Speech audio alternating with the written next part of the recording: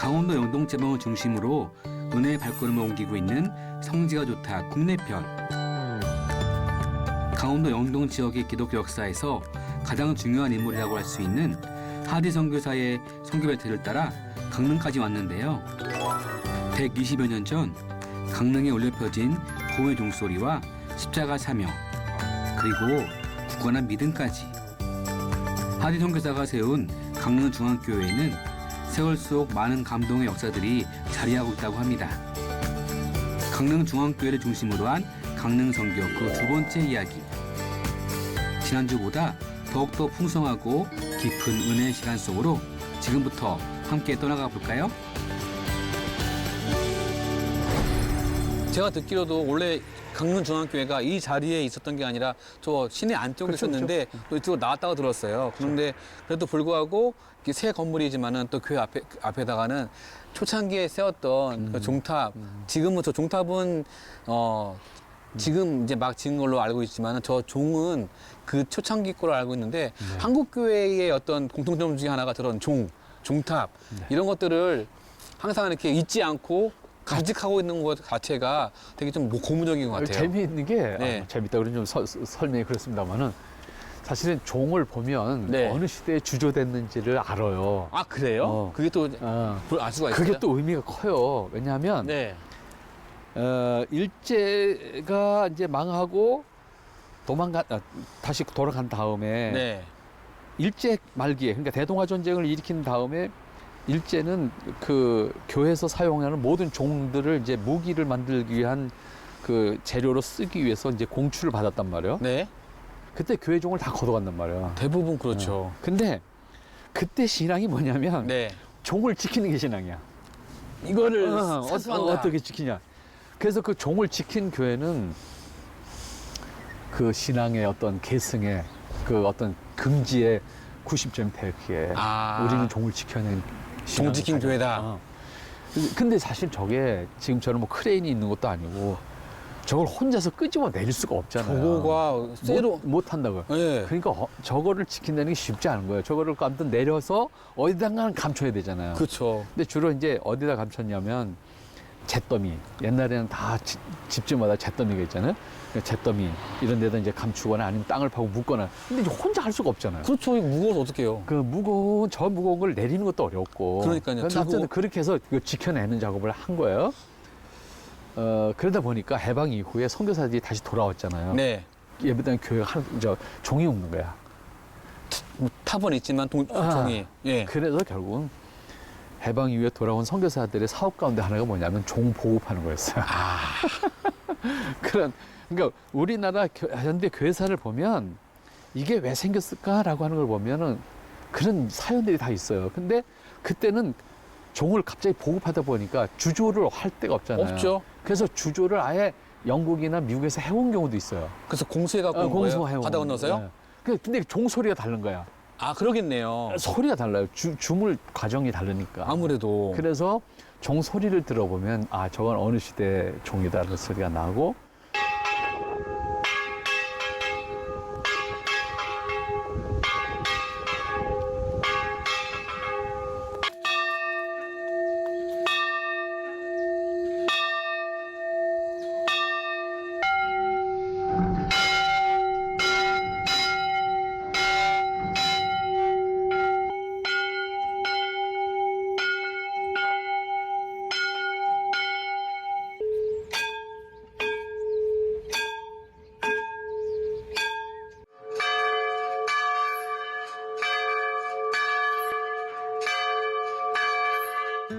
종을 보면 달라요. 주물 자체가 달라요. 그러니까 해방 이전의 주물하고 해방 이후 주물이 달라요. 그러겠네요. 근데 그런 것들을 지금 우리나라 교회가 보관한 데가 없어요. 몰라요. 그러니까 저는 그저 이렇게 많은 것을 경험적으로 보다 보니까 이건 어느 시대에 만들어진 그 종. 그리고 선교사들이 보급한 종은요 써 있어요. 주물할 때 박았어요 거기다가. 그래서 알 수 있어요. 그런 사연들이 있어요. 근데 이 종은 해방 이전에 종인 것이 분명해요. 지금 봤을 때는. 진짜 오래된 멀리 거네요. 있어서 뭐 확실하게 모르겠지만 해방 이전의 주물 같아요. 지금 봤을 때는. 근데 종이 어떤 뭐 신앙의 어떤 상징을 하는 것이 아니라 사실 어떻게 보면은 시간, 그 예배 시간을 그러면 알리기 위한 그 거였죠. 당시에는 시계가 없었잖아요. 그쵸. 그래서 사실은 마을 사람들도 이 종소리가 시끄럽다고 안 그랬어요. 공통적으로 사용할 수 저 있는 종이 몇 시구 몇 시구나. 그러니까 시간을 알려주는 거였어요.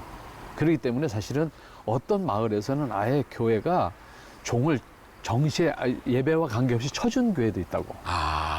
마을을 위해서. 마을을 위해서. 근데 이 종이 그러니까 우리 또 기독교 신앙의 또 하나의 뭐가 된 것이 뭐냐면 네. 종지기.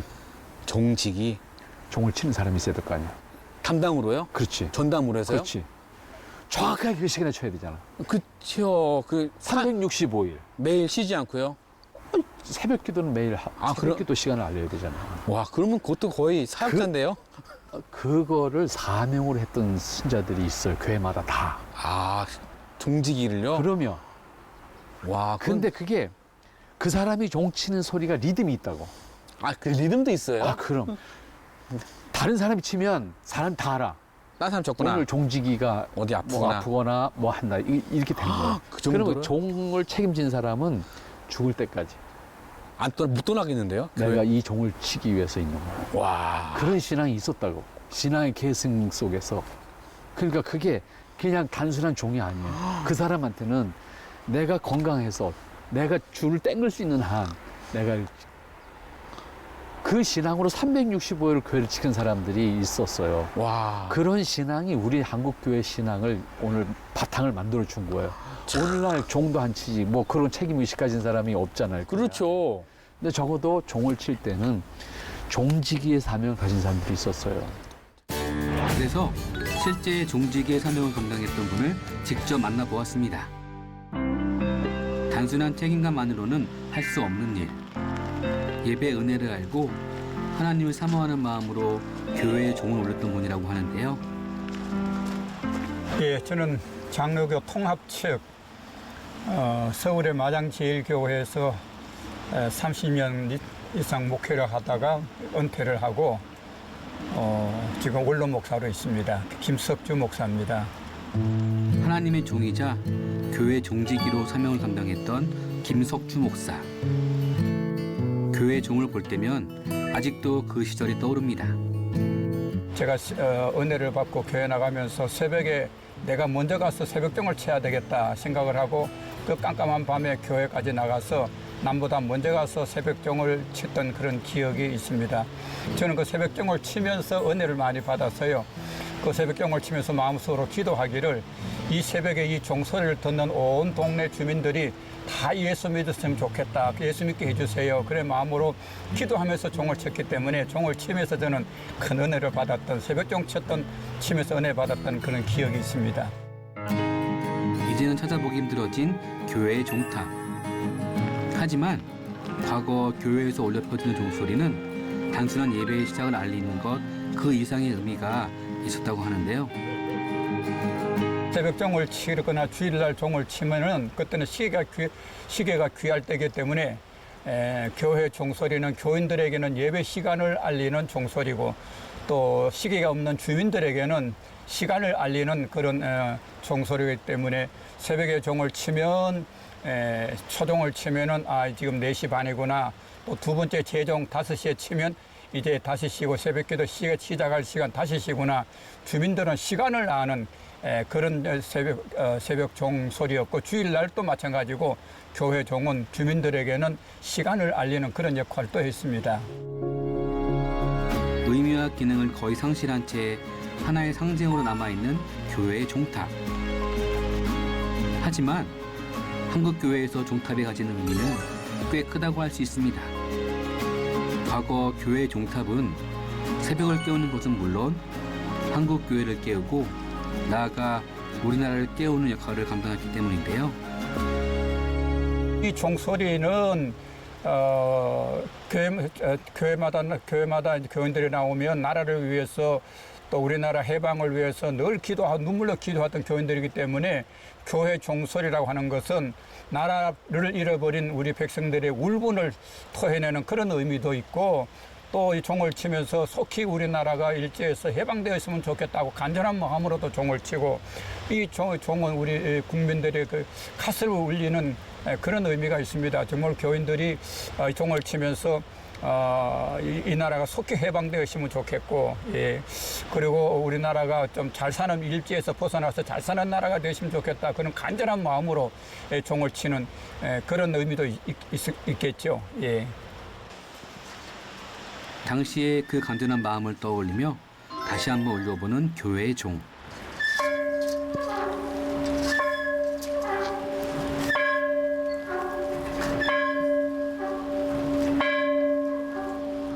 오랜 세월이 무색하리만큼 그 소리가 여전히 맑고 청아합니다.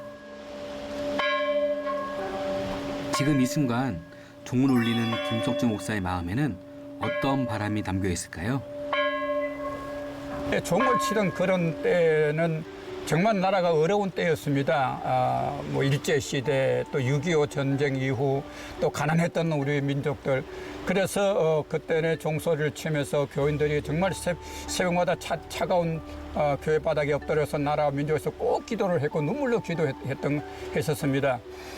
그러니 그런 흔적들이 이제 다 사라졌기 때문에 우리 후손들이, 우리 과거의 우리 선조들이 정말 교회 종을 치면서 나라와 민족을 생각해서 기도하고 눈물로 기도했던 그걸 생각하면서 그 눈물의 바탕 위에 오늘 한국이 이렇게 크게 번성을 했는데 우리 조상들이 이런 어려움을 잘 견디고 이겨내면 신앙으로 이겨나갔다 하는 것을 기억하면서 우리 신앙의 유산들을 잘 받들여서 후손들도 좀 선조들 이상으로 신앙생활 잘하는 그런 우리 대한민국이 꼭 되었으면 좋겠다고 하는 그런 바람이 있습니다.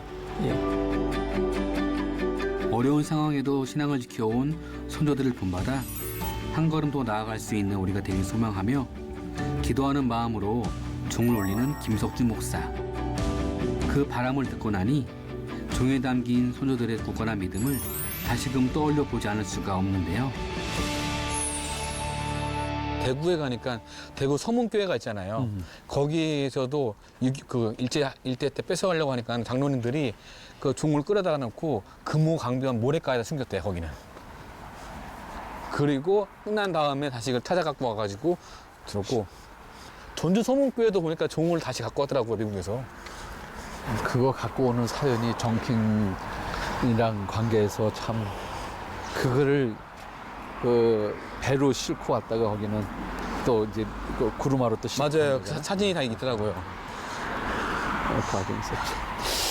지금 아니지만 어쨌든 50년대 또 그 전으로 해가지고 저 종은 거의 생명이었네요. 그렇죠. 그 교회에 있어서 역사적으로. 그 상징이었어요. 상징. 교회의 어떤 상징이었죠.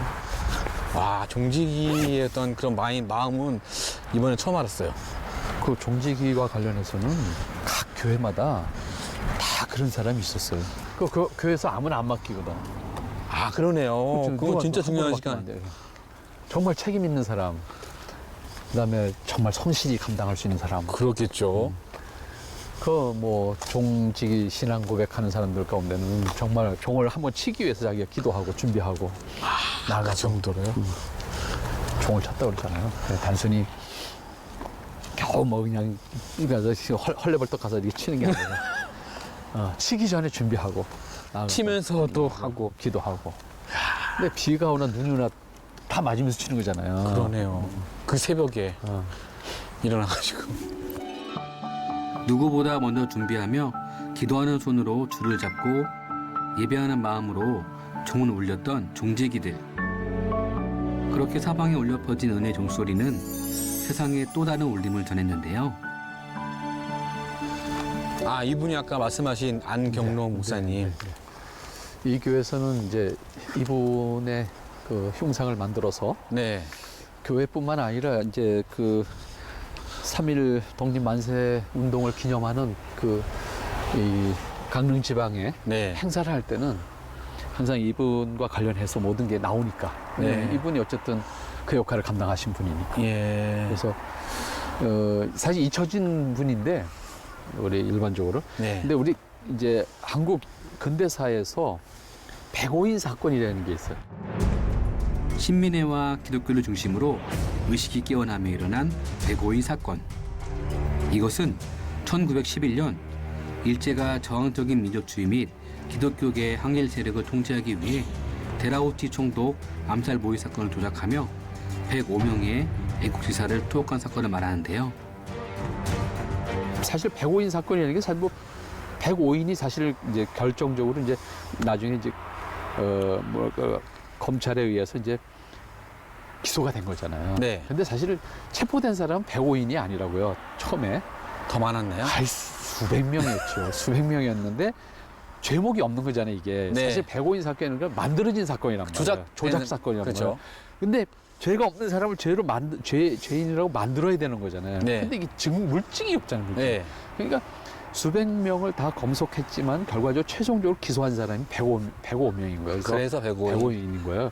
근데 이걸 만든 이유가 뭐냐? 일본이 왜 105인 사건이라는 걸 만들었냐면 사실은 기독교가 식민지화 시키는데 걸림돌이었던 거예요. 가장 큰 걸림돌이신 거죠. 그래서 기독교 지도자들을 다 제거하기 위한 작업이었던 거예요, 이게. 그래서 모든 사람, 소위 당시에 이제 황해도, 평안도 지역에 또 이 서울 지역까지 포함해서 이쪽 지역에 있는 나름 지도자라고 이렇게 지목이 되는 사람들은 다 잡아들인 거거든요. 잡아들이고 최종적으로 기소된 사람이 105명. 그 중에 한 사람이 이분이요? 네. 이분이 근데 원래 강릉분 아닌가요? 아니죠. 아니에요? 이분이 이제 강릉으로 목회를 오신 분이야. 아, 그럼 원래 계신 곳은? 원래는 이제 진남포, 소위 평남 진남포인데 네. 진남포라는 위치가 사실은 이게 황해도랑 가까워요. 그렇죠. 가까운 곳인데 그쪽에서 사실은 그쪽 분들이 105인 가운데 가장 많아요. 검속된 분, 기소된 분들. 근데 그 중에 한 분이셨어요. 그래가지고 이분이 그 사건 때문에 옥살이를 해요. 네. 이북에서. 그 당시에 지금 이북이지만 그 당시에 네. 평안도 쪽에서 이제 네. 105인 사건과 연루해서 이분이 옥살이를 해요. 그러다가 이분이 6년인가를 이제 형을 받아요. 네. 8년인가 6년인가 형을 받는데 2년인가를 살아요. 네. 그리고 이제 나오신 거예요. 나오셔서 이제 목회를 하러 이제 오시게 되는 거죠. 오시게 돼서 이 강원도 쪽으로 오셨다가 여기 처음 온 곳은 아니고 네. 마지막에 오신 거예요, 여기에. 여기에 와서 목회를 하는 과정 속에 이제 1919년 3.1 독립만세운동이라고 하는 것이 일어나게 되고 네. 그 관련해서 이분이 이미 자신은 이제 평안도 지방에서 105인 사건과 관련해서 경험도 있고 네. 또 나름 이제 의식이 분명하신 분이잖아요. 그러니까 강릉 지방의 만세운동을 주도하셨죠.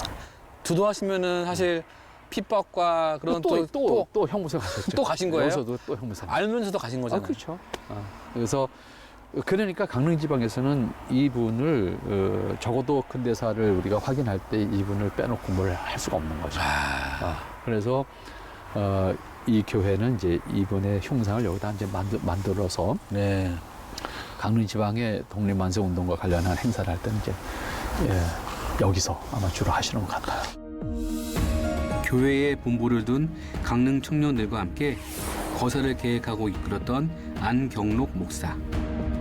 장날이었던 1919년 4월 2일 안경록 목사는 선두에서 태극기를 부리며 목로와 대함 독립 만세를 외쳤습니다. 강릉시에서는 이러한 그의 업적을 기리기 위해 매년 3.1절을 앞두고 안경록 목사의 나라사랑 정신을 되새기고 있는데요. 진짜 간성이고 양양이고 또 강릉이고 또 저희가 뭐 다른 또 주문진 교회도 그러고 다른 교회도 그러겠지만은 그 교회 지도자들이라든가 교회 다니시던 성도님들 중에서는 대부분 만세운동을 주도했으니까는 많이 그런 핍박과 고난을 받으셨겠네요. 그렇죠. 그래서 이분은 어쨌든 그렇게 활동하시면서 여기서 또 이제 형무소에 가실 수밖에 없었고, 아이고. 그 이후에는 또 나오셔서 많은 활동을 또 하시게 되죠. 그러나 이제 여기서 떠나신 이후에는 이제 다시 여기로 돌아오시진 못했지만, 네. 이 교회는 이제 이분을 이제 기억하기 위한 일을 이렇게 만들어서 이제 하시고 계신 것이고. 그러면서 이 교회가 지금은 강릉 시외로 이렇게 쭉 나와서 새롭게 큰 공간을 마련하고 예배당을 지어서 하고 있지만은 네.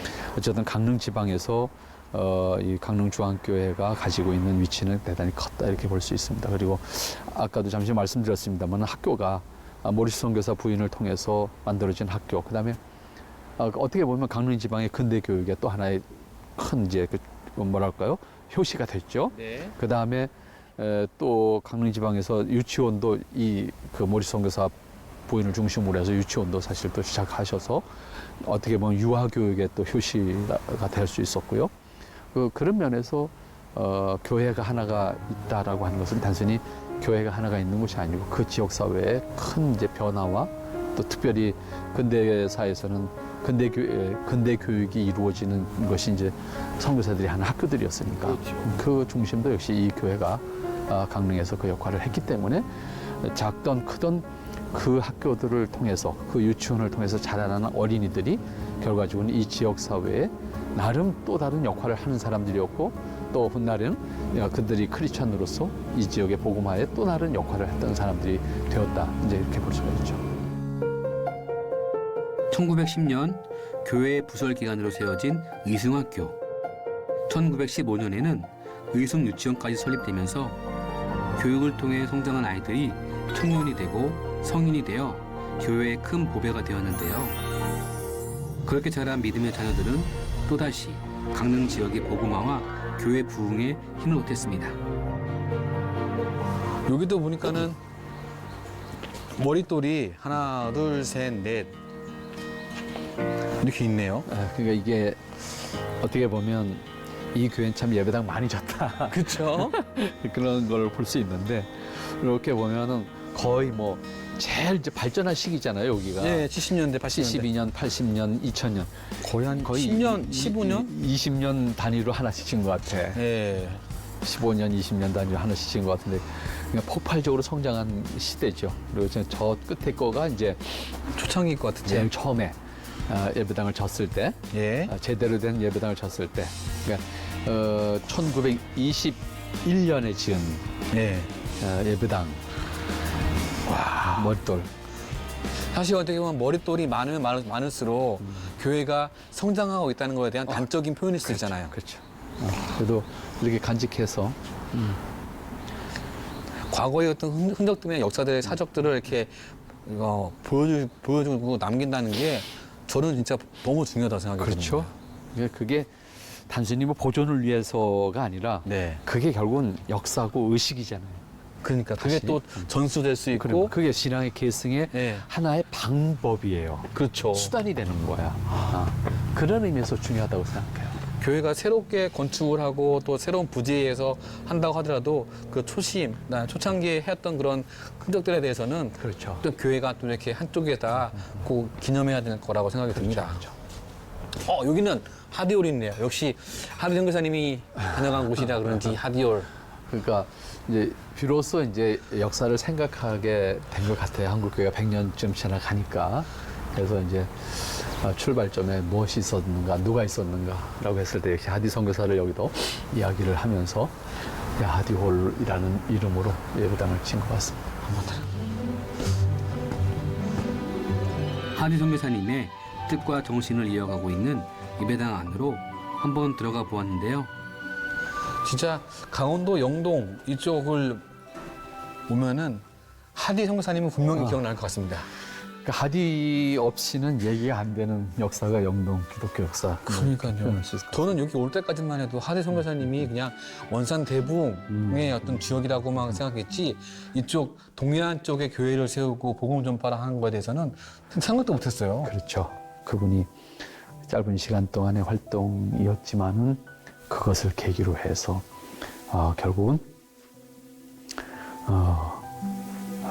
대한민국 전체에 어떻게 보면 부흥운동을 일으키는 출발점에 계셨던 거죠.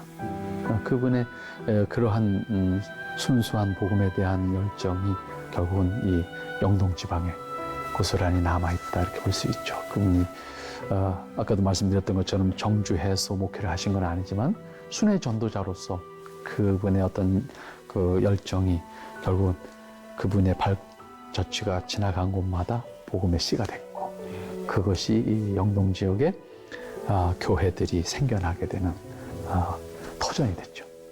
그래서 결국 강릉이라고 하는 지금은 뭐 큰 강원도에서는 큰 도시 아닙니까? 이 큰 도시 강릉이라고 하는 곳에도 그 은혜 결국 발렸죠. 물론 그 이후는 이제 여러 선교사님 이제 다시 북장로도 잠시 건너가고 거쳐가고 다시 또 감리교로 와서 연결이 돼서 이렇게 큰 교회가 됐지만 어쨌든 그분의 초창기 복음을 전하기 위한 발걸음이 오늘날 이 영동 지방의 교회들이 만들어졌다는 것은 뭐 분명한 사실입니다.